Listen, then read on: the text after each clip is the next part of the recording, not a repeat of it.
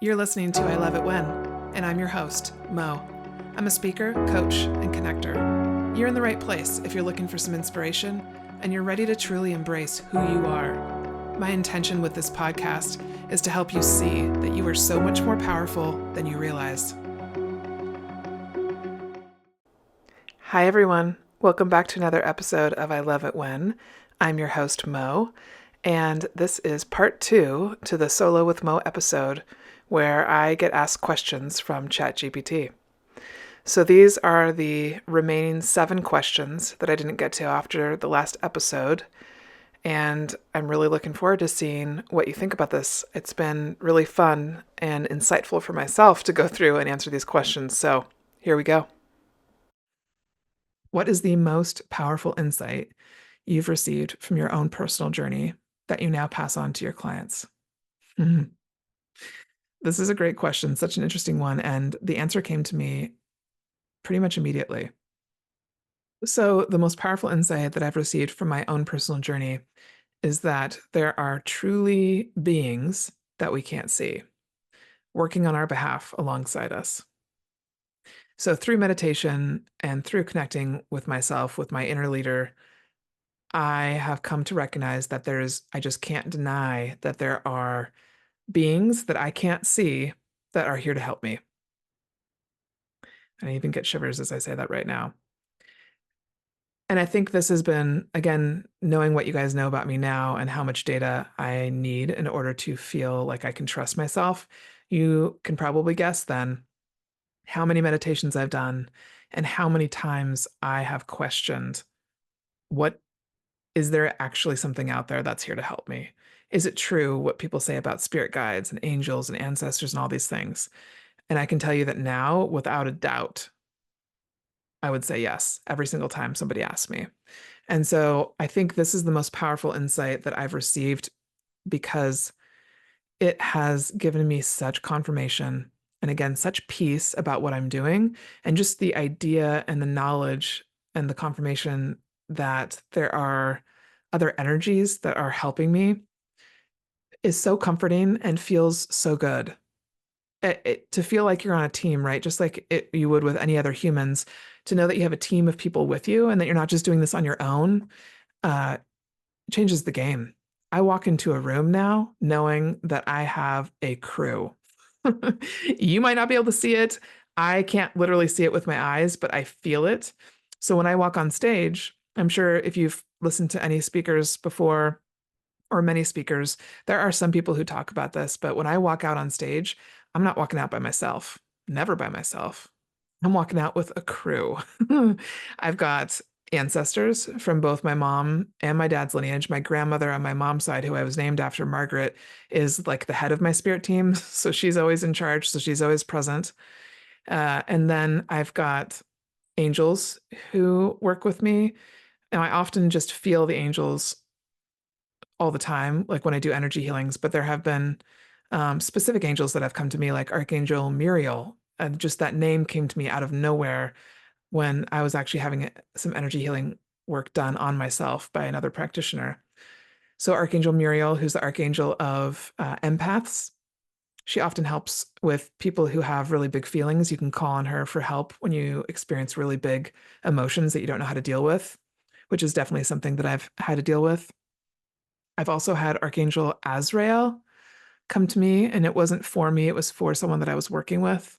But that was really interesting because I didn't know, I don't know their names. And so oftentimes when I'm in a meditation, I'll ask, you know, I feel there's an angel here.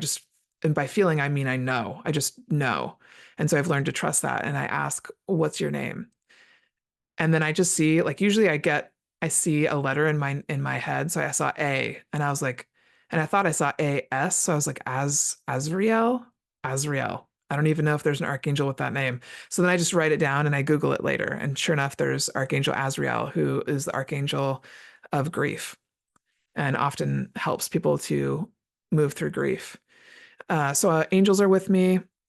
I also absolutely have fairies with me. And then I believe there are people and energies with me from previous lifetimes. I believe I've been on this earth many, many times, too many times to count actually now. I used to think it was like 7 or 8 times. No, I think it's many, many, many more than that. And then my most recently, I've talked about this a little bit. There's an ascended master who came to me in meditation, whose name is Thoth. Never quite sure if I'm pronouncing his name right. I'm gonna have to really look it up.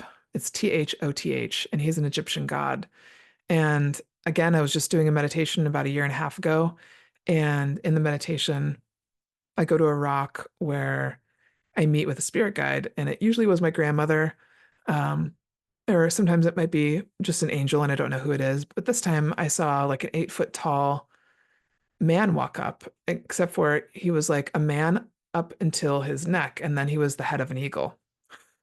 And so, the idea that all of these beings are with me to help me and support me and to want to co-create something magical with me, that has been probably the most incredible thing that I would say I could pass on to my clients.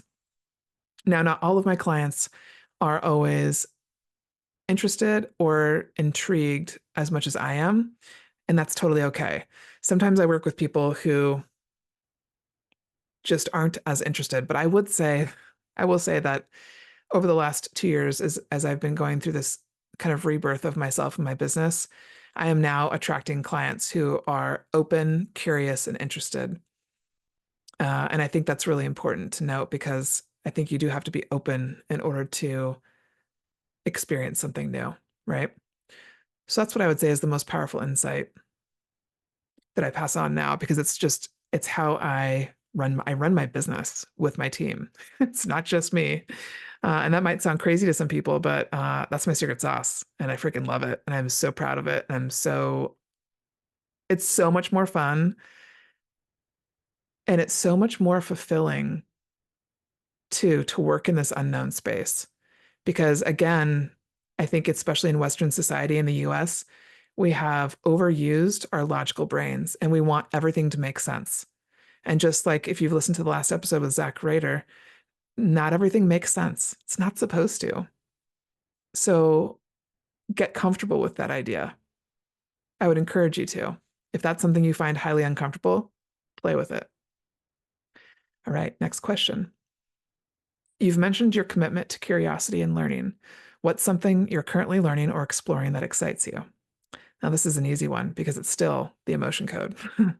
I'm planning on getting certified. And so I want to read the body code. I want to start to play with that aspect of it. I think this is such a fantastic tool for me to get certified in because I can easily use it with my clients. And I've already found such success in utilizing it with people that it was just one of those things. I don't get certified in things that often. I only have, I think, if I remember right, one other certification, and that's in Fierce Conversations because I'm such a believer in that as well.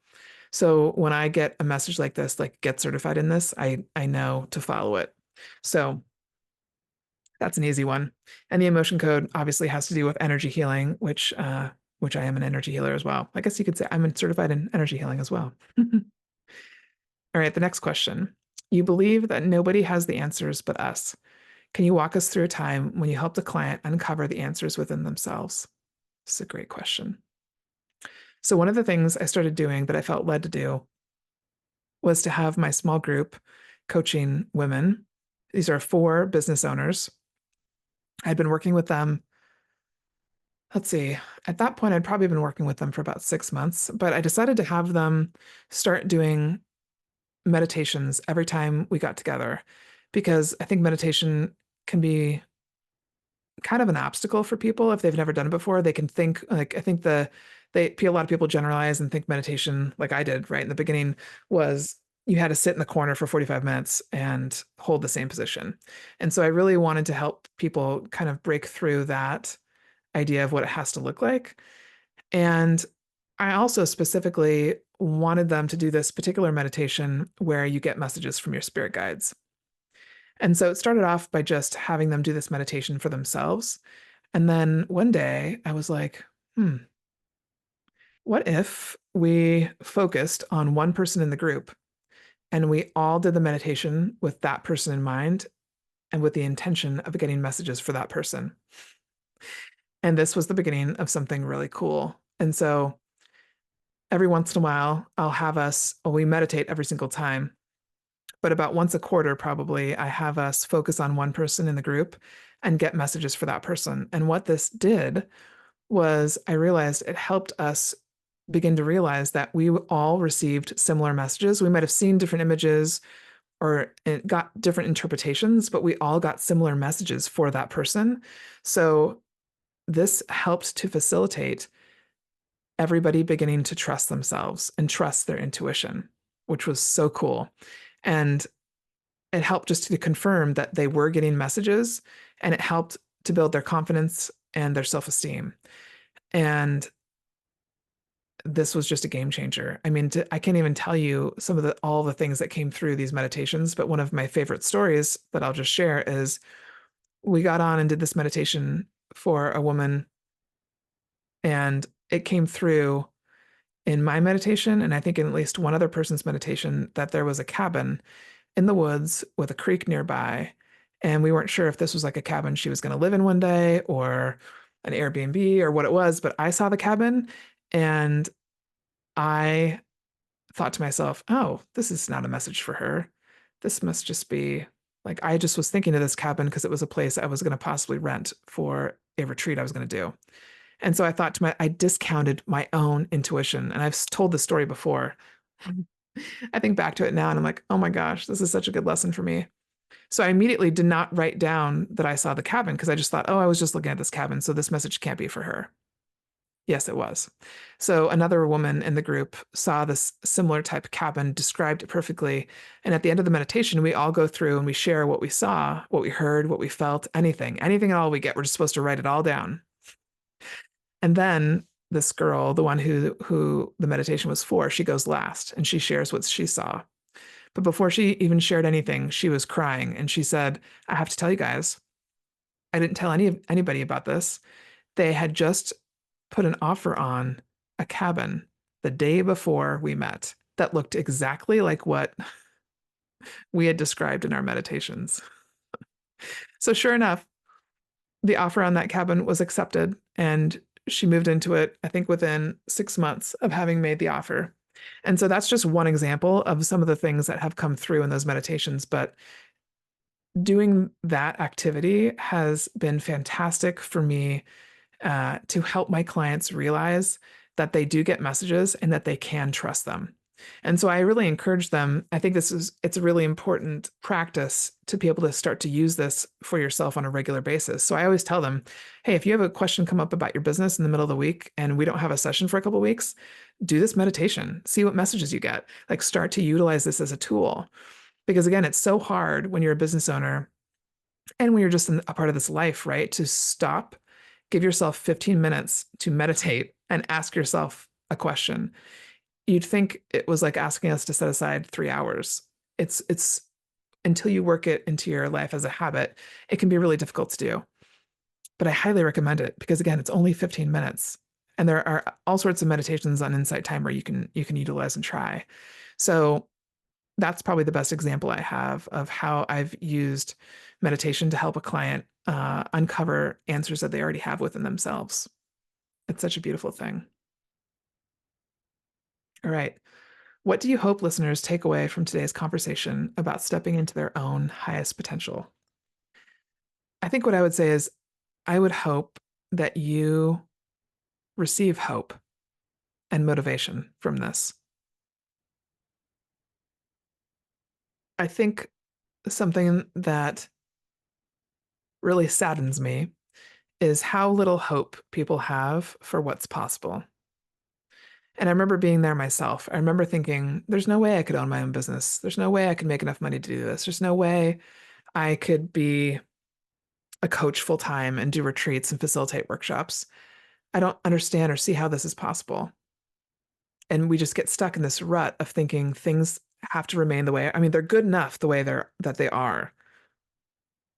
I'm not too uncomfortable. I'm not too unhappy. I'm not too bad, right? So they settle for mediocre. And I know that the moment I shifted into not settling for mediocre, I realized how much I'd been missing out on. I realized that higher levels of joy and happiness and peace were totally accessible.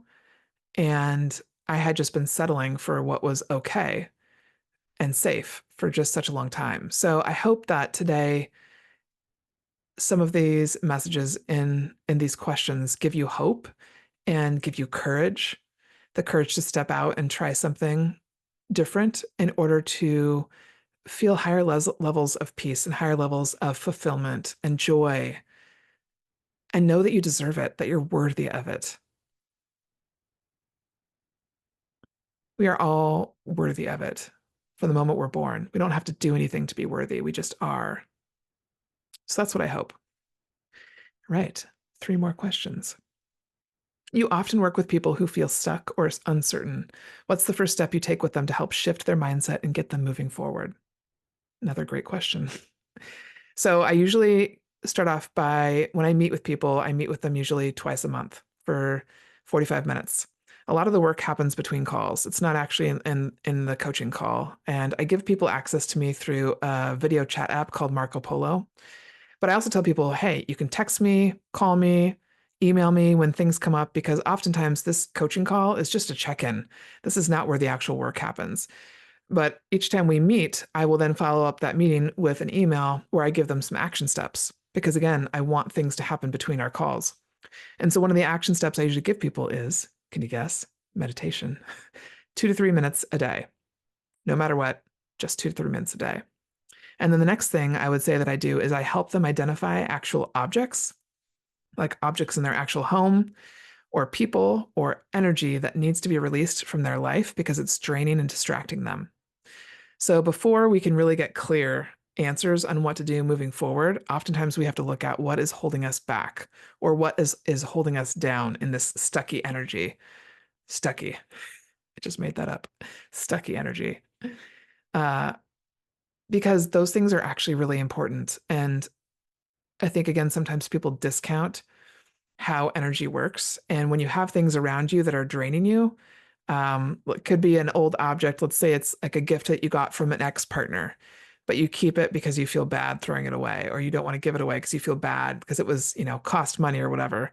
But holding on to that thing that you don't really want is actually what I would call an energy leak. You're literally leaking energy. Like you're holding on to something that you don't want to hold on to. And so those two things would be the things that I do to help people start to shift. Because as soon as you do that, it's like literally letting go of extra weight. Like imagine you're carrying a backpack that's 20 pounds too much, and you let out 10 of those pounds. You're going to start to be able to move forward faster, right? So helping people do that usually gets them going. And then when you are moving and energy is moving, you can gain momentum a lot quicker, a lot faster. So that's what I begin with. All right, 2 more questions. You offer a breakthrough session to help clients experience a major shift. Can you walk us through what someone might experience during one of those sessions? What a great question. So, breakthrough sessions are 90 minutes, and I created this option because I realized for people who had never met me before, this was a great way for someone to get to know me and see what it's like to work with me and to experience some sort of a shift in a breakthrough session that's tangible, that they can see. And so I usually spend the first hour asking a lot of questions because if I don't know you, I want to get to know you as much as possible right in that moment. So I will ask about if you're working, not working, whatever, what you're currently doing with your life, what your day looks like. I will ask as many questions as possible, and we'll kind of go back and forth for about an hour or so. I might do some energy healing work if it comes up in that session. I might use some oracle cards or even pull out the emotion code process, just depending on what comes up. Again, I'm following my intuition with this. So it depends on where the questions take us. But those last 15 to 30 minutes, I use to give them all the information that's coming to me. So, like any information I feel like from an operational standpoint, from an energetic standpoint, that I feel like what are like the top 5 or 6 action steps they could take that would then propel them forward to begin with. And then this is where it comes down to them. So I give people this feedback and the action steps at the end of the breakthrough session, but they have to take the next step. And so with the breakthrough session, if you're a brand new client for me, you can buy one, get one free. And so, again, what's so great about this is you have the first session with me. I give you these action steps, and then we have our second breakthrough session. And this is where you have hopefully taken those steps. So you've begun to see things gather momentum, and then we can continue with that momentum. So it's a fantastic way to see what it's like to work with me. And I usually recommend that these 2 breakthrough sessions happen within a 30-day period, because then you can really see, again, what it's like to work with me. All right, the last question. All right, you have talked about the magic of your network. How has building and nurturing relationships been key to your success? And how do you use that network to support your clients? I love this question. So, my network is everything. And it's interesting because I didn't really think, again, that it was anything special, right? Like just how we oftentimes don't think our intuition's that special, or like anything about us is that special. And I realized over time that this was something, again, I had learned from my mom and my dad, who are both very social and really, really good with people. And so I realized over the years that building and nurturing relationships has been what helped me have the courage to start my own business, because there were so many people who I knew would step up and refer people to me, offer to help me. And I just knew too that those skills of building relationships, asking for help, and learning how to utilize that network, that was what would make a successful business owner. And a big part of building the relationship with people for me is follow up, follow through, and providing actual value. So, how many times have you, let's, for example, say, like, how many times have you asked for a referral from someone and they've just like thrown you a name, and you try reaching out to that person? Let's say somebody referred a dentist to you and that dentist never got back to you, or you looked at their website and they didn't have great reviews. I don't ever do that. Meaning, like, I try my best. Obviously, there's going to be times when it happens, but when someone asks me for a referral, I actually provide a very solid referral. Like, otherwise, I will not give you one. If someone asks me for a referral and I truly don't have a connection that I think would provide value, I simply say that. And then I'll say, hey, maybe go check with this person. They have a lot of connections in that field. And so by being very intentional and thorough and sincere with every single referral that I've given, because again, that's, I think, part of how I operate. I became known in the real estate world, especially, for providing really good connections. And I think, just like with anything else, energy builds momentum. And so I do believe that the network that I have provides huge value. And that is a part of the package that you get when you work with me. And I believe that is priceless. Like, it just is priceless. So I have some really incredible connections that have provided high level of value to my clients over the years. A few examples would be Enmay Mangles. She was the first podcast episode here on I Love It When. And we've been building our relationship for 8 years now. And because I've had her speak at 3 of my different retreats, and I've had her on my podcast, she goes above and beyond to meet with any retreat attendees that wants to meet with her.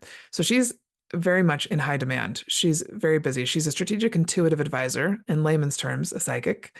And I meet with her for both business and personal advising, essentially. And she's the number one person that I refer people to, especially when it comes to business and receiving intuitive guidance. If you have ever been to one of my retreats, and she has spoken to that group, when people reach out to her, she will make the space and make the time. And that means the world to me. And I know it has meant the world to a number of people that have come to my retreats, because that's real, real, true value. The fact that she can give that kind of feedback about personal or professional aspects of your life. Another example would be all of the amazing healers that I've met over the last 8 years. So I've had the opportunity, because of my own curiosity, to experience a lot of different mediums, psychics, and healers. And I only connect my clients to those that have shown me they are the real deal. And so I've filtered out a lot of people. And I've done that work for myself, but also for my clients. So I see it as social capital. When people work with me, they also get the value of my network and the thousands of hours that I have spent networking, connecting, and learning. And so An example would be if somebody came to me and they wanted to create their own retreat. I have been doing that since 2017. So you are going to get all of my lessons, all of my learning, and my connections when you coach with me. When you hire me, that's what you get. And so you're literally getting 8 years worth of my work in a really usually quick fashion. So also different speakers that I've connected with through my retreats, things like that. So that would be an example of it. I think networking is something that a lot of times people undervalue. But when you network with, again, pure intentions, integrity, and follow through, your network can be and really should be one of the most valuable aspects of you and your business. Hey, thank you so much for listening today. If you gleaned something from this episode or from any of my previous episodes, please do me a huge favor and go to Apple Podcasts and leave me a review today. Your reviews truly do matter, and as of June 2025, I've now been doing this podcast for 3 years. I can barely believe it. So thank you so much for listening today, and I look forward to seeing you in the next episode.